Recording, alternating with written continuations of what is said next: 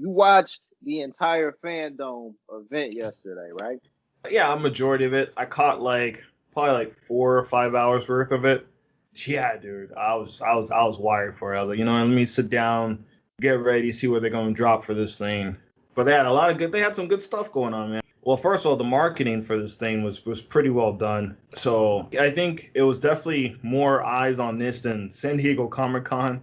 I think definitely the presentation was decent. They had some interaction with the people. You could tweet what you thought about certain things. So definitely, in terms of having the word fan and the fandom thing, it definitely delivered on that aspect much better than San Diego Comic Con did with their boring Zoom panels and sessions of what nobody really cared about. So Right. Some energy that they brought to it, some excitement. exactly. And there was definitely a feeling of everyone talking about it. Did you see this on the internet or whatever? I mean, people were live stream watching it. So, in your opinion, having watched the entire event, let me get the highs and the lows for the event. The highest most I'm gonna say most definitely was James Gunn, the Suicide Squad. In terms of the energy he brought to that panel, what he showcased, and basically how he was. You mentioned in the text that everyone who was against him in that cancel culture, he's actually gonna sway their opinion and forgiveness and view his movie and consume his product. And basically, I'm already seeing that take place now.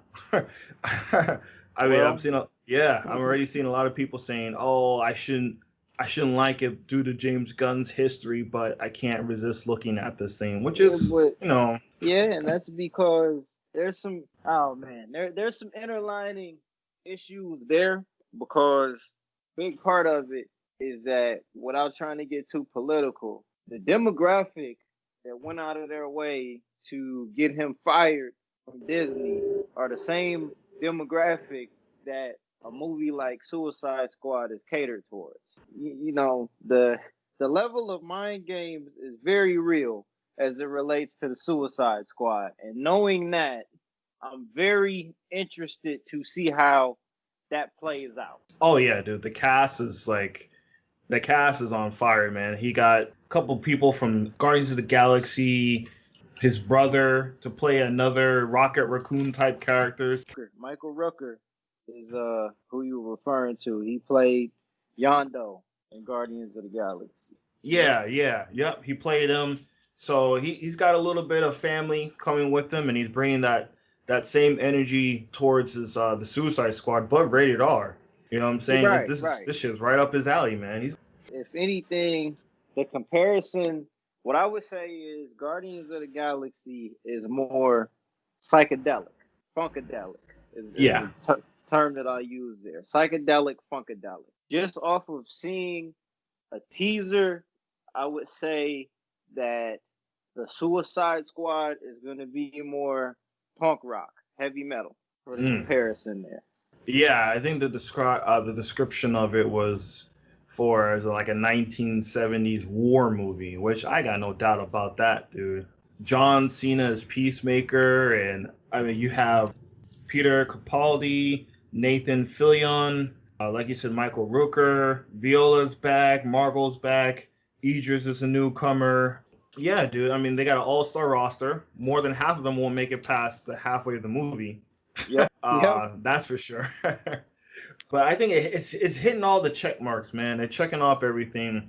It's just got such a massive appeal where I think it's definitely gonna knock the shoes off of people, especially when people are comfortable going back to the theaters and they got something like James Gunn's The Suicide Squad to have a lot of that escapism and fun and adventure kind of a Right, movie to go to.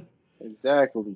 They'll swarm to it when they feel safe enough. That's definitely that was a good pickup by Warner Brothers to take advantage of a situation to steal some talent away from Disney Well, and it get a really. potential W. Yep.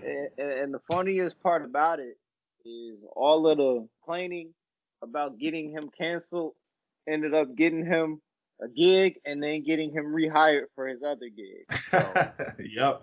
that's the score one for the good guys. Question mark. Doubled up on his check. He probably got more for going back to Disney. Right. Just on the premise that the Warner Brothers can steal some of their talent. You know what I'm saying? So who else is gonna want to fill James Gunn's shoes anyway for Guardians 3? Nobody. Nobody's gonna want to touch that.